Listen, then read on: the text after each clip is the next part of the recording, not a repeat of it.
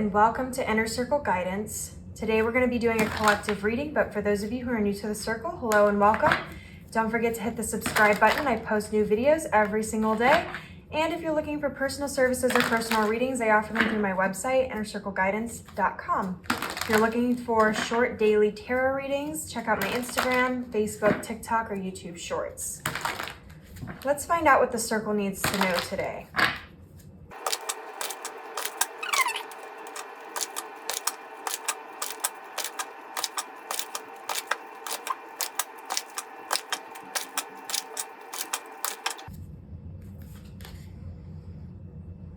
We have the Seven of Wands.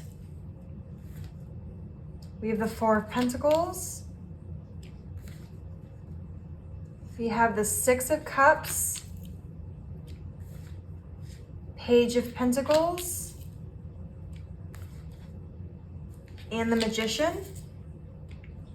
We have the Devil card on the bottom of the deck.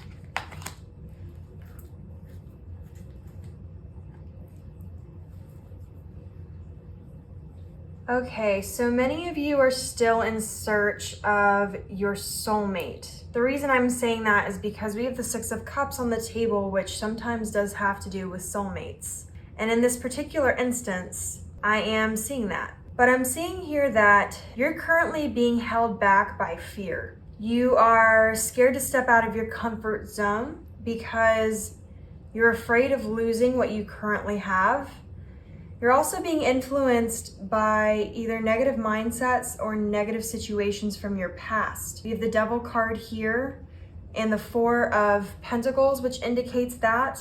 And we also have the Seven of Wands on the table. And the Seven of Wands has to do with overcoming obstacles and fighting for what you desire and what you want and being a little bit battle weary. But the thing about any relationship, whether it's friendship or a romantic relationship or family relationship, is that it requires you to invest your time and your energy. And that investment is a little bit of a risk. Now, if you take calculated risks, then your risk of losing larger sums is less likely. But if you jump in willy-nilly, then obviously your risks of losing higher sums will be higher. But you're on the right path because you have the Magician here. And the Magician is very much the card of manifestation. And it is the card of all of the elements coming together and working together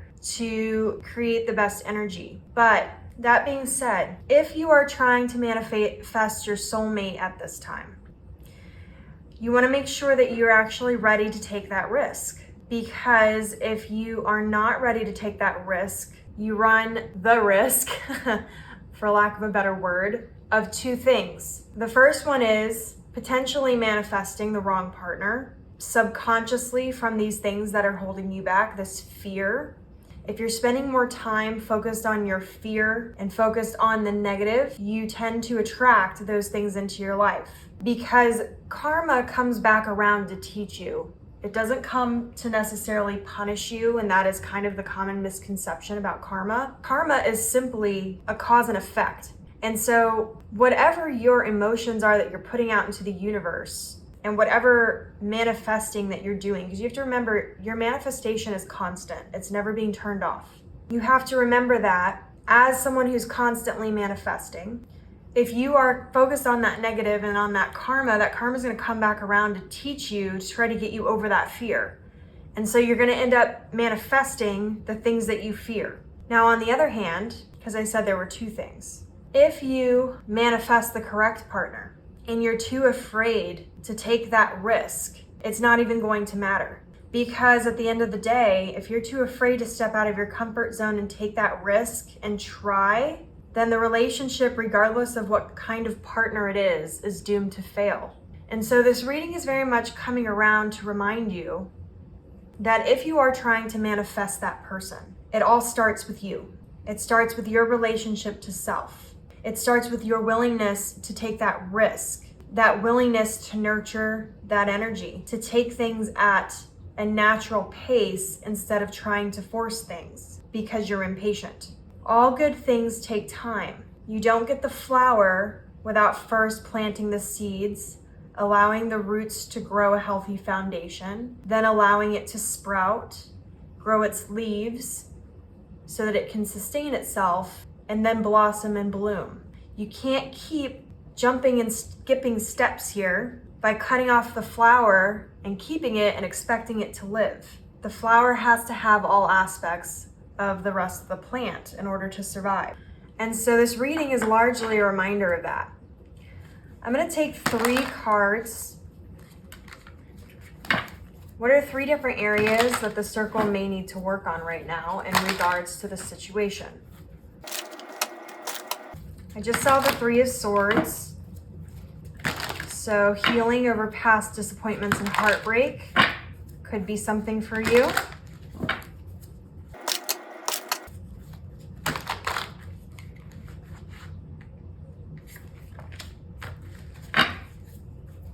That's interesting because I actually saw that card several times while I was shuffling.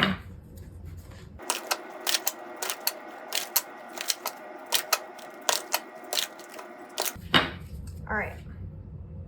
Wow, we got the 11-11 card. And the Knight of Pentacles and the 5 of Wands was what fell out here. Okay. I immediately, with the Knight of Pentacles, am getting that you need to slow down. Whenever you find this interest or this interest finds you and you end up aligning to each other, you need to take it as a slow pace. Remember what I said about the flowers. You can't just cut off the head of the flower, the bloom of the flower, and expect it to survive. You have to build that strong, healthy foundation, and that takes time. I'm hearing that in the past, you may have rushed things along, either because your emotions got the better of you, or because your fears and things got the better of you and you're rushing to sort of accomplish a goal. Falling in love is not something to be conquered. You can't conquer love. You have to nurture love. You have to build it. You have to allow it to grow. So that being said, you need to slow down and stop getting impatient with these things. And part of your impatience, to me, is coming from a fear of lack, a fear of losing the other person. But you can't lose something that's meant for you. So you need to get that out of your head right now. Now with the 4 of Wands, that's the 11-11 card, which is the card of marriage. So if we're looking at it as 3 different things that need to be worked on, you may need to get more clear about what exactly it is that you're looking for. And remember that the things that we need are often more important than the things that we want. And so you need to be very honest with yourself about what you're looking for in a partner and the things that actually matter to you, instead of having this idea that maybe movies and television put into our heads of the perfect partner.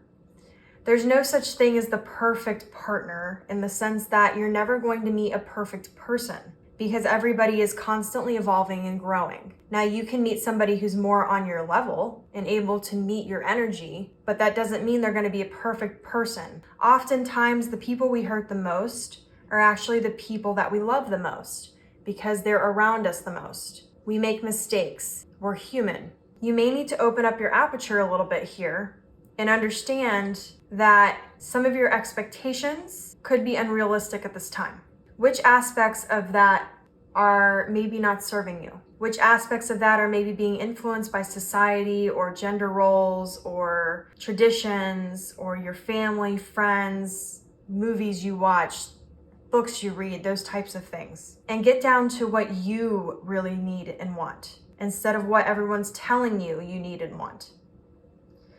And then if we're looking at the 5 of Wands, how you deal with conflict. Now, depending on who you are, you may have a tendency to either fight really, really hard for things all the time and never compromise, or you may have a tendency to run away and never fight for the things that you want. You need to find a balance when it comes to problem solving. And understand also that not everybody's going to solve problems the same way that you do or have the same understanding of the problem as you do. I'm hearing that you need to learn more patience when it comes to romantic troubles, more understanding and more empathy, and try to solve problems instead of keeping a point score or trying to be right, especially for those of you who are stubborn. For those of you who run away, you need to start standing up for the things that you want. And you need to stop being afraid of your emotions and embrace those emotions, because the emotions can't be controlled and they're not going anywhere. You can shove them down all you want, but they're still going to be there. And I use this analogy a lot of not shaking the champagne bottle. A champagne bottle obviously is bubbly. It's a wine that is carbonated. If you shake the champagne bottle, then eventually it's going to explode. The pressure is going to push the cork out and it's going to explode. Now, if you open the bottle and you pour the contents, you're not getting rid of the bubbles. The bubbles are still there, regardless of whether you shake the bottle or whether you pour the bottle or whether you just let the bottle sit there. The bubbles are still there, but you're controlling the flow of the pressure. You need to learn how to control the pressure instead of controlling your emotions, especially when it comes to relationships where emotions are heightened. And so this is your reading. I'm going to leave it here. Actually, I am curious what's on the bottom of the deck. Okay, I had a feeling. Queen of Pentacles. You need to be careful about leading other people or overgiving in situations, which I think is something a lot of people struggle with. All right, I'm gonna leave it there because I go into the Queen of Pentacles all the time and I'm just gonna go on a tangent. So if this reading resonates with you, don't forget to like this video. Your affirmation for this reading. You know what? I think it's gonna be different for all of you. So I'm not gonna give you a specific affirmation because it kind of depends on what category you fall into and which areas you're struggling with in order to give you an affirmation that's really going to help you. So I'm just going to give a general affirmation of love requires nurturing and time. And that way you can take that as a general affirmation and then you can choose your affirmations that are more specific for your situation. Thank you for stepping into the circle. And as always, may your life be full of light, full of love, abundance, and gratitude. I'll see you next time.